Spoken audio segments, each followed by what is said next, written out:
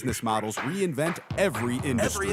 Inside Analysis is your source of information and insight about how to make the most of this exciting new era. Learn more at InsideAnalysis.com. InsideAnalysis.com. And now, here's your host, Eric Kavanaugh.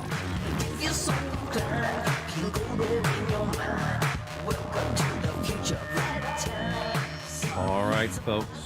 Welcome back once again. Welcome to the future indeed. It's time for Inside Analysis. Your host here, Eric Kavanaugh, with the only coast-to-coast radio show in the US of A that's all about the information economy.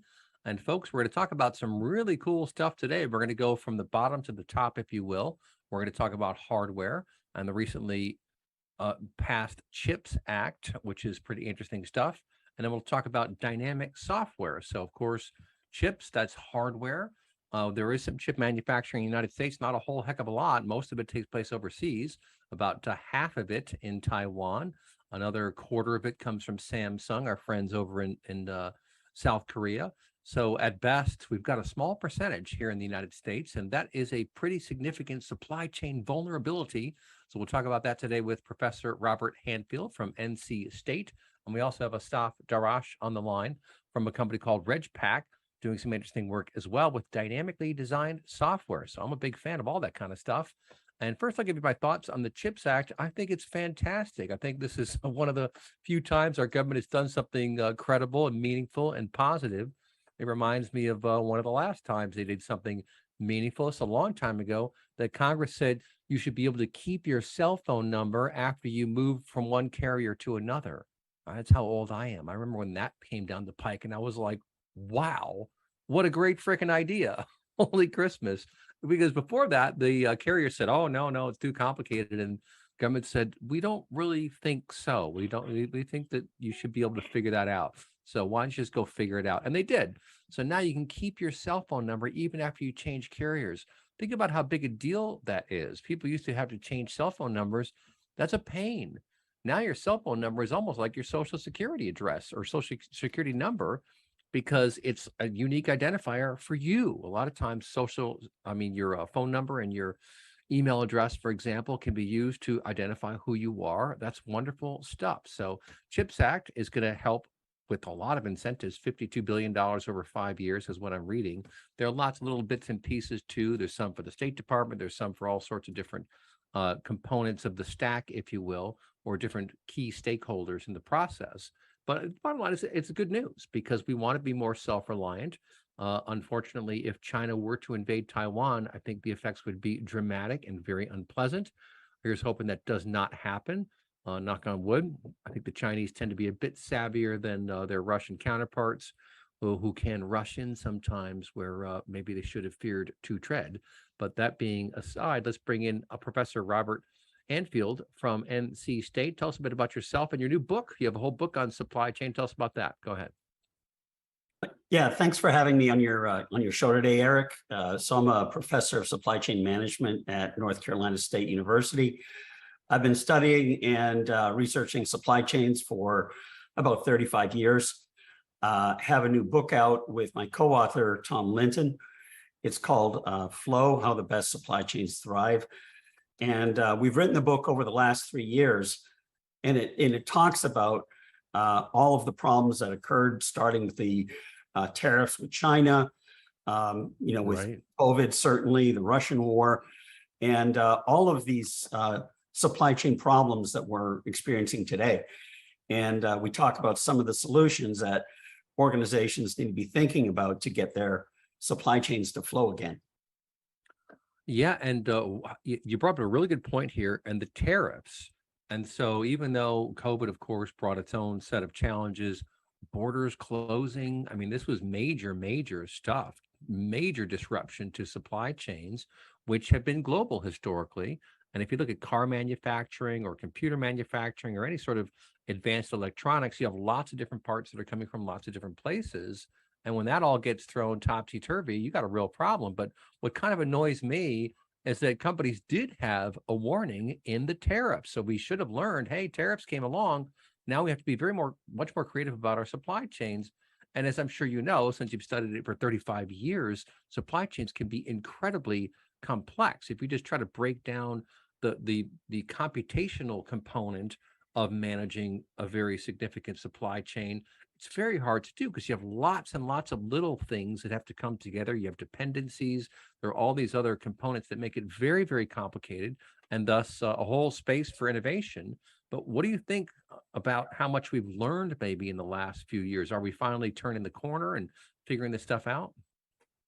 Well, I wish we could say yes, Eric, and I do think we are at a tipping point, because if you look at what has happened for 20 years, the U.S. and most of the Western world has offshored supply chains. That's right. Because China was cheap, right? You could get a low price.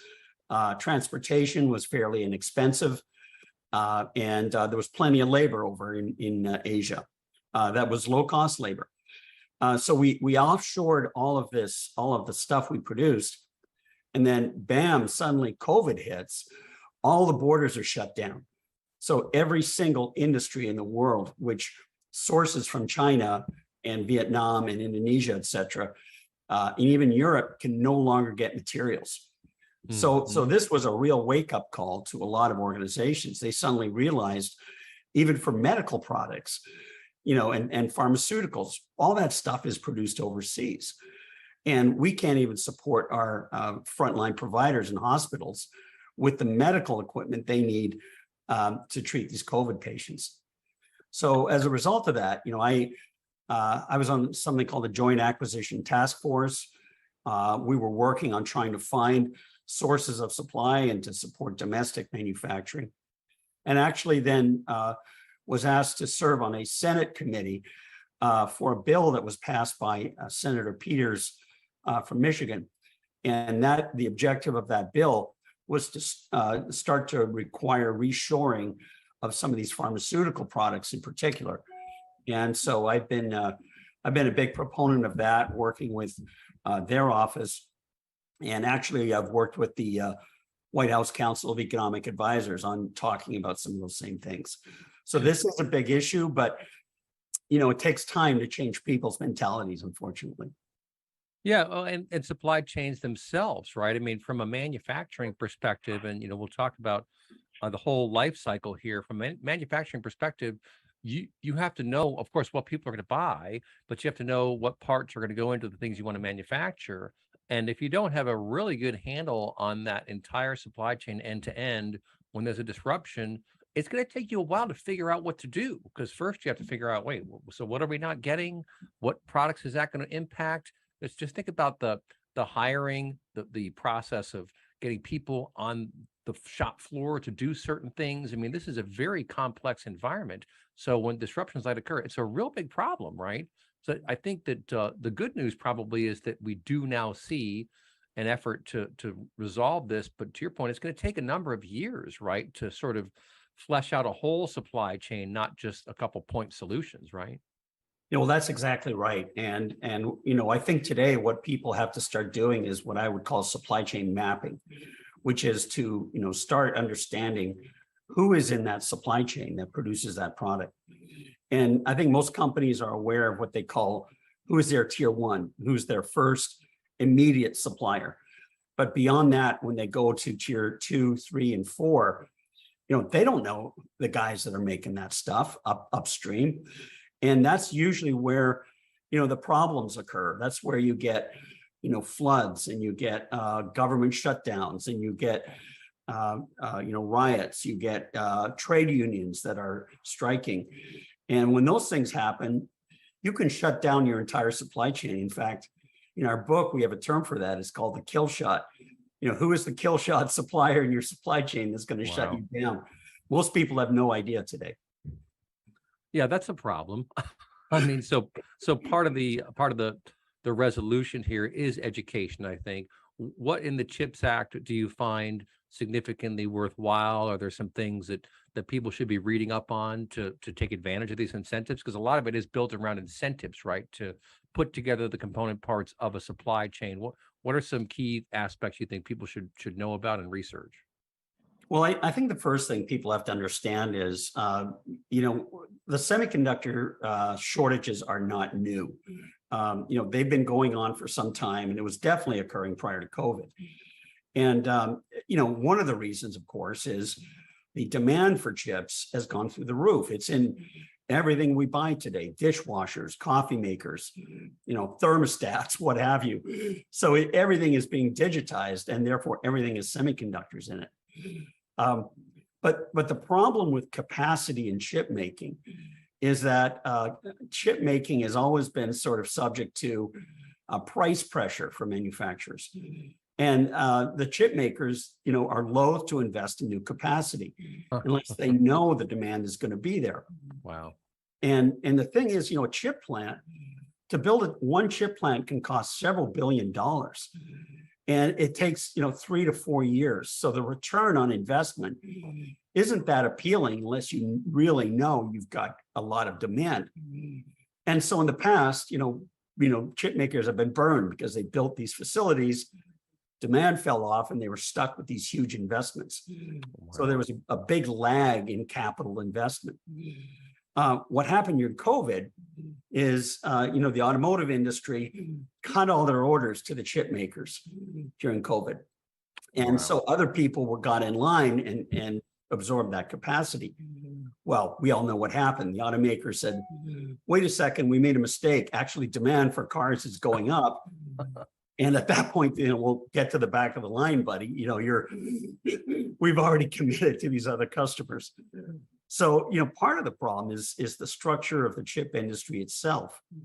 And, for instance, and I'm sure Asaf can talk about this, one of the major bottlenecks is around these so-called logic chips, the ones that are designed by Qualcomm and NVIDIA and Apple. And, these brands don't actually make these chips. They outsource them to what are called foundries. The foundries are essentially contract manufacturers who make chips for all these companies. Well, guess what? About 91% of the contract chip production capacity is in Asia. 50% of all the foundries are in Taiwan with one company, Taiwan Semiconductor. Another 25% of foundries is with Samsung, which is also in Korea. And, these companies have built entire supply chains in Asia to support these fabs.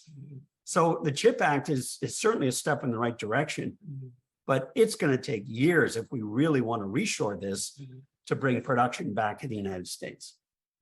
Yeah, that's such a good point. And, again, to help our audience understand the impact and the importance here, you come up with a chip design, and then from the time you're designing that chip to the time it's widely in production and supporting a whole ecosystem is typically about 10 years. So you're taking a decade of time. Well, so much can happen in a decade. Like we said, if God forbid China invades Taiwan, you're going to see a massive impact on what's available, the products that you can get, on getting parts for new machines that you want to build, whether it's cars or dishwashers or watches or whatever.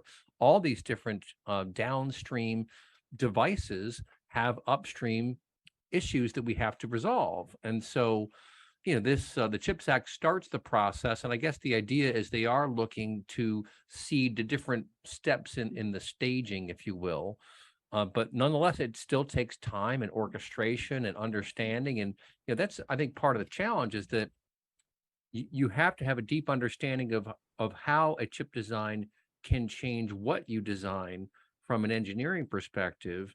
And there aren't that many people who are very good at that kind of thing. So, I mean, you're a professor in this space, and so you're helping on the front end train the next generation of workers. But is there anything that the business people out there who are hearing this can do or research to kind of better apprise themselves of what the risks are, what the opportunities, and what they could be doing to help flesh out this new supply chain? Well, I think one of the things that's important to understand when you're studying, getting into an industry like this, is you have to understand where the bottlenecks are. And, every supply chain student knows what a bottleneck is. It's the constraint in that supply chain that limits the flow of material through that supply chain. Well, in chip manufacturing, one of the biggest bottlenecks is what's called chip testing and packaging. And, in Taiwan, there's only one company called King Yuan Electronics where they do all the testing. So that's a bottleneck. And, when you have, COVID mandates where, no one can work, if they're not testing chips, then guess what? Chips are not flowing through that supply chain. And so, today the lead times for chips used to be 2 to 3 months. Today they're more than a year. Wow. And that's taking an enormously long time.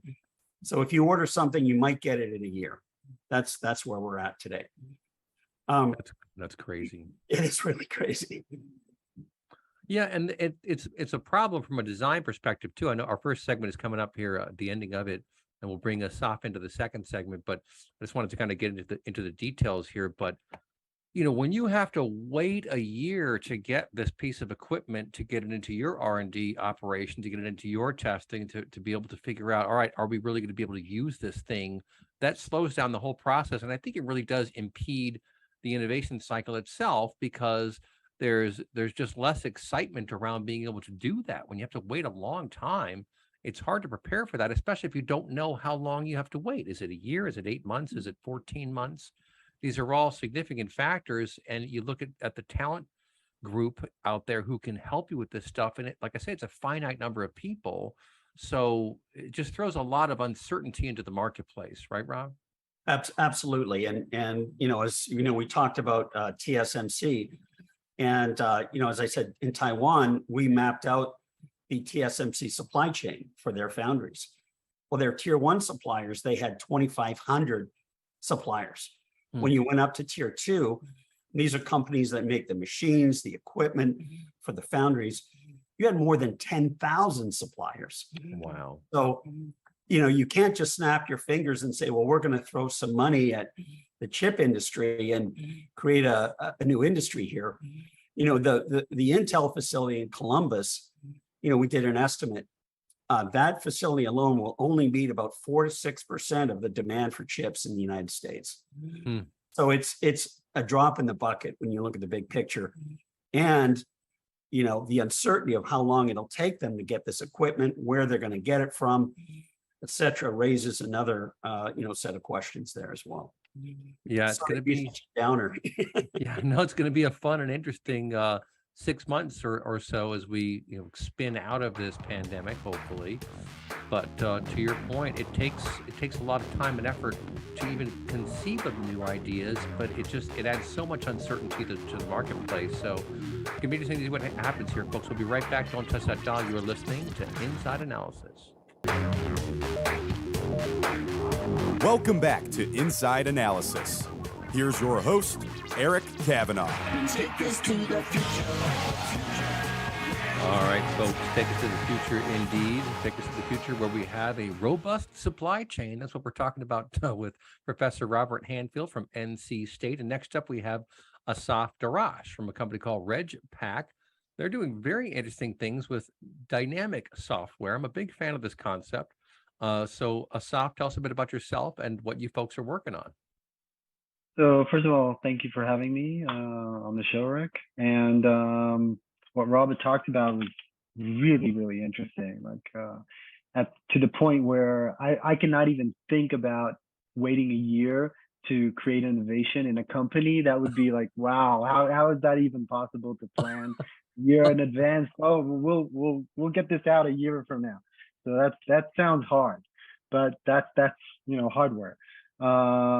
So I'm the founder and CEO of Regpack. We have a software that allows mainly educational institutions and other type of businesses to automate their onboarding and payment processing. From mainly the part of onboarding the client and getting their information, signing agreements, and then actually putting them on payment plans, auto billing, recurring payments, etc.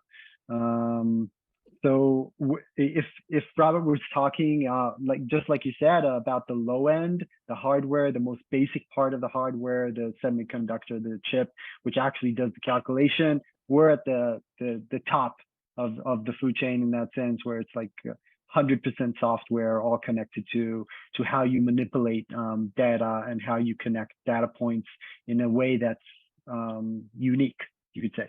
Mm-hmm. Yeah, that's interesting. You were talking about data structures earlier and how Regpack started as a sort of registration information gathering process. And you made some really interesting points about how machines read data and understand data versus how human beings read data and understand data. And of course, a big part of that is context. We have context as we walk around and talk to each other. I have certain presumptions I make about you that you make about me. All this stuff is just kind of baked into our consciousness and how we interact in the world. But when you start to break that down and try to map it out into software workflows, that's where things get very interesting. And you made some very interesting points that I thought about how you can design the data flow or design the flow of process in a way that aligns these two components, the functionality and the data itself, and that can be optimized. And so you came up with this idea of a software stack where you don't have constants, everything is a variable. This is kind of interesting. Tell us a bit about that and what that means and why it matters. Sure.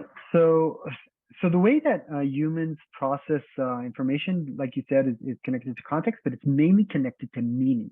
When we think of to meaning, we mainly think of information as what it means.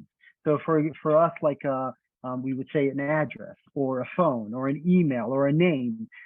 So that holds meaning for us as humans. And then we've created a whole social structure around what this is, why this is important. For example, a name is an indicator for a person. Okay. Now, when you try to move that into computers, you're trying to move it into a system that works very, very differently. So computers, by definition, have no context and no meaning. And the way that they store information is very different. If we take the way that a human thinks about a name or an address, then they connect specific attributes to that, and then they understand the general context. Whereas a computer doesn't know that this is a name and this is an address. The only thing it knows is this is an integer, this is an array, this is a JSON structure. It looks at structure and it doesn't look at the actual meaning of the information. Us as humans, we give it meaning by using it. So the biggest problem with software a lot of times is that we embed that meaning into the software. And then what happens is, for example, this is why you find that this is software that is good for semiconductor plants. This is software that is good for a yoga studio. This is software that is good for a phone manufacturer. This is software, and why does that happen? Because the computer, by definition, is a general purpose machine. It crunches data. That's what it does, right? So it really doesn't make sense that you have very, very specific solutions for very, very specific industries that sometimes when you go into your app store, you have an application just to do this little thing. Why? Because as humans, it's easier for us to think in that way. But for computers, it's not. So once you say, okay, I'm not embedding the meaning into the structure of the software, but I'm actually letting the software work the way it should work, suddenly you get flexibility that for some people is mind-blowing. Think of it like this. For a computer, it doesn't matter if it's the name or the address. It's a data point. Now, if you allow the data point to flow between the various actions and connect attributes to the data point, for example, length of the data, what happens when the data is entered or not entered, what happens when the data reaches a certain point, then you create software that can be very, very flexible and allow businesses to do exactly what they want without the constraints of the software. You talk to any business manager, any business professional, anybody who's trying to do anything innovative, and the first thing they'll tell you is like, I can't find a software that does what I need it to do. Right? That's like the first thing that people say. And the reason that they say that is because a lot of software is built with meaning into it, and then it has to create specific flow. Now, a lot of times these software tell you this is the best way to do it. This is best practice. But I don't want to do that way. I'm creating a new, unique business, and I want to do it differently, and that's what's going to give me the edge in the market. Hmm. This is it's very interesting, and I see a whole new space that is arising out of this right now. So we track the larger data space, so analytics, business intelligence, all that kind of fun stuff. And what we're seeing now is very interesting. There's a whole new renaissance around application development and design. You're seeing companies like Rockset, there's a company Implied, there's a company Census, there's a company Relational AI that's doing some interesting things. There are lots of these different companies coming along and creating new ways of building apps that are driven by either data or even by analytics, for example, or AI or custom environments for leveraging AI driven application development is one way to put it. And you're talking about something similar here where and I've noticed this. So if you think about, and this kind of maps back to our discussion of the CHIPS Act, we'll bring in Robert again in a few minutes. But what's interesting is that you're absolutely right that there is a ton of overlap in all these different applications that you can use. And there's also the complicating factor that guess what? A company buys software X and the designers of software X thought it was going to do this, and they wind up using it for that because they just figured something out. Well, that's fine. Like getting value from software is the important thing you want to do when you buy software, whether you use it the way they told you to or not, right? Like use only as directed. That's what they say in the medical industry. That is not what happens in the enterprise software world. I can tell you for sure, because they do it all kinds of different ways. And the smart companies learn from what their customers do. That's why you have conferences and come and talk about what you did and how you did it and what's interesting about that. But what's fascinating to me is that you think about all the different software that's on the shelves today, if you will. A lot of it isn't even on the shelves. A lot of it you just buy from Amazon, right? If you look at what Amazon does with their reInvent conference, they have all these people come and talk about how they built new stuff in the cloud. Well, the cloud is a whole different set of dynamics and different cost points and different workflows and processes than the on-prem world. On-prem world is, slowly fading away. I don't think it's going to go away completely ever. I think there will always be a sort of on-prem. You could argue that on-prem will be edge someday. I mean, I'm kind of throwing out these terms just to explain to people that we're in this sort of continuum where there was an old way of doing things, there's a new way of doing things, there's ways that will change in the future of how to do things. But at the end of the day, what you want to be able to do is get software that's going to optimize your spend, your time, and capture the DNA of your organization. And it sounds to me like that's the really interesting thing you've achieved here is by taking this variable-based approach, you're creating software structures that can be easily customized for X, Y, Z, PDQ, pretty much whatever you want to do. Is that about right, Asaf? That's very correct. The problem that we came to solve in the beginning is that this started as a research project, and then it turned into an actual company. But when we actually started solving problems, we found that there's one area in business where every company does it differently, and that's onboarding their clients. When nearly every company, if you take out retail, right, they have to go through a process to turn you into a client. You need to sign something. You need to give some information. You need to pay something. You need someone to talk to you and understand what you need, and then make you go through a specific process, and then you become a client. Now, why is it different between every company? Because hopefully every company does something different, right? There's no reason for two companies to exist that do the exact same thing unless they're in different continents, right? So what's happening here is that we found that these onboarding processes were so different between companies that even in 2020 or in 2015 when we started, most of it was done manually, either through on paper or on email or on the phone, and it was mind-blowing. Like how could this be that everything is automated and this specific thing of becoming an actual client is still something that is and yeah, it's like crazy, right? And the answer was that the reason is that every single company does it differently, and they don't and they can't find a software that is flexible enough for them to do their thing. And then we came up with this concept where you're creating a software that works the way the computer works. It's the same structure. And then what happens is you can create endless flows because you don't you haven't embedded meaning into the elements. The only thing that you've done is you allowed the information to flow in any direction that they want. I'll give you an example. If you create an element in regpack and you say, okay, this element needs to have, and you say, okay, this is just string. And this string is also triggered when it's filled out to create a payment plan at the same time. Now, in the beginning, like normal software would say, okay, what situations would you want to trigger for that? Either they are from California or their name is Eric or whatever. So you need to put in the constraints. But here, instead of doing that, what you're doing is you're saying this element can be whatever you want.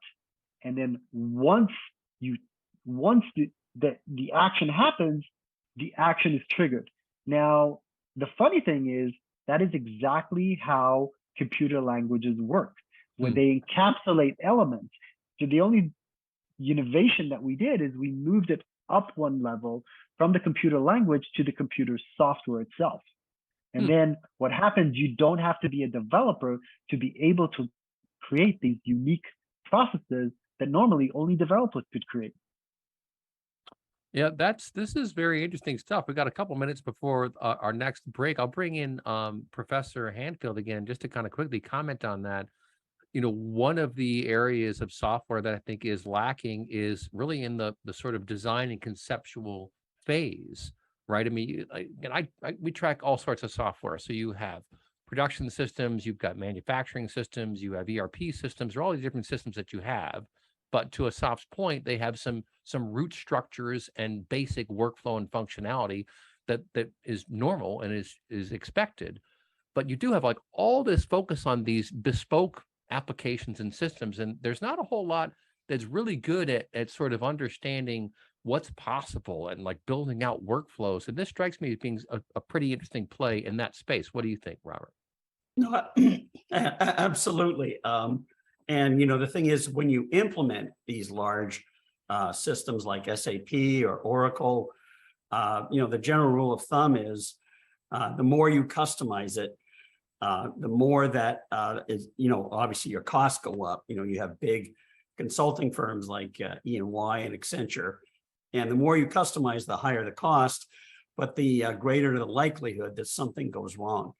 So, I think if we start to build these kinds of systems that are much more configurable and are much more able to adapt to changes that are outside the kind of the bespoke structure, that's going to be a huge win for companies, because otherwise it's just, you're hiring programmers to customize it, and it's expensive and likely to cause problems.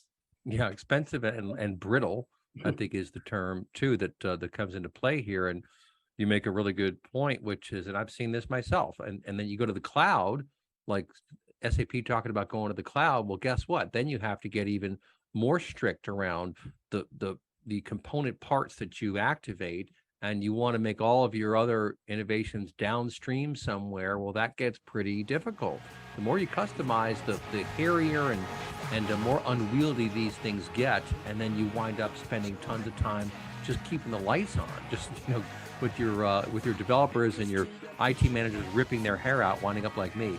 We'll be right back, folks. Don't touch that dial. You're listening to Inside Analysis. Welcome back to Inside Analysis. Here's your host, Eric Kavanaugh.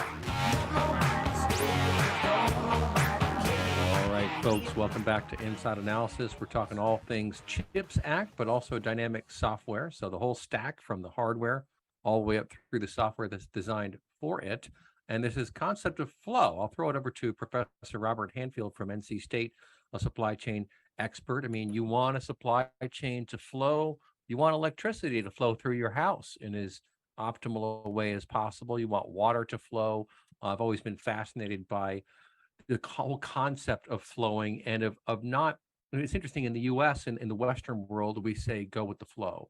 In China, there's a cliche that basically says, don't push the river, which is the same thing if you think about it, but it's just a different perspective. They're like, hey guys, you don't want to, if you're pushing the river, you're asking for trouble, basically. And if you think about how electronics are designed, you have capacitors, resistors, and transistors, right? The capacitors hold stuff, the resistors kind of slow it, the transistors facilitate the movement, and it's some combination of those things which creates these chips, right? So the concept of flow is really important all the way down to the chip design through software and everything in between. And that's one reason why it's in the title of your book, right, Professor? Well, that's right. The book is called Flow, How the Best Supply Chains Thrive. And my co-author on this, Tom Linton, was the chief supply chain officer of a company called Flex, which is a contract manufacturer that we talked about. And this book describes the idea of flow, which evokes the physical properties that exist in nature. And you've mentioned a few, the natural flow of rivers, the flow of electricity, the flow of materials, the flow of time. And when we start thinking about flow, we ask the question, well, why can't we get supply chains to flow like the systems that we see in physics and in nature? And we talk about some of the things that what are some of the business strategies based on all this uncertainty and chaos that we have in these global supply chains. What can we do to improve flow? And by broadly applying these physical laws, we start to say, there's actually things you can do to deal with these uncertainties. And one of them is visibility. And we talk about a system called the Pulse that they implemented at Flex.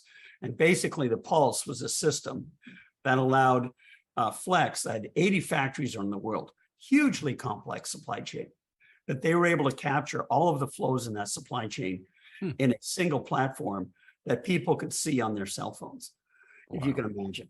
So imagine having your entire supply chain on your cell phone and you can see what's going on and you can react because, when there's a problem, you need to get experts into the room quickly, virtually, and figure out what to do to get that supply chain flowing again.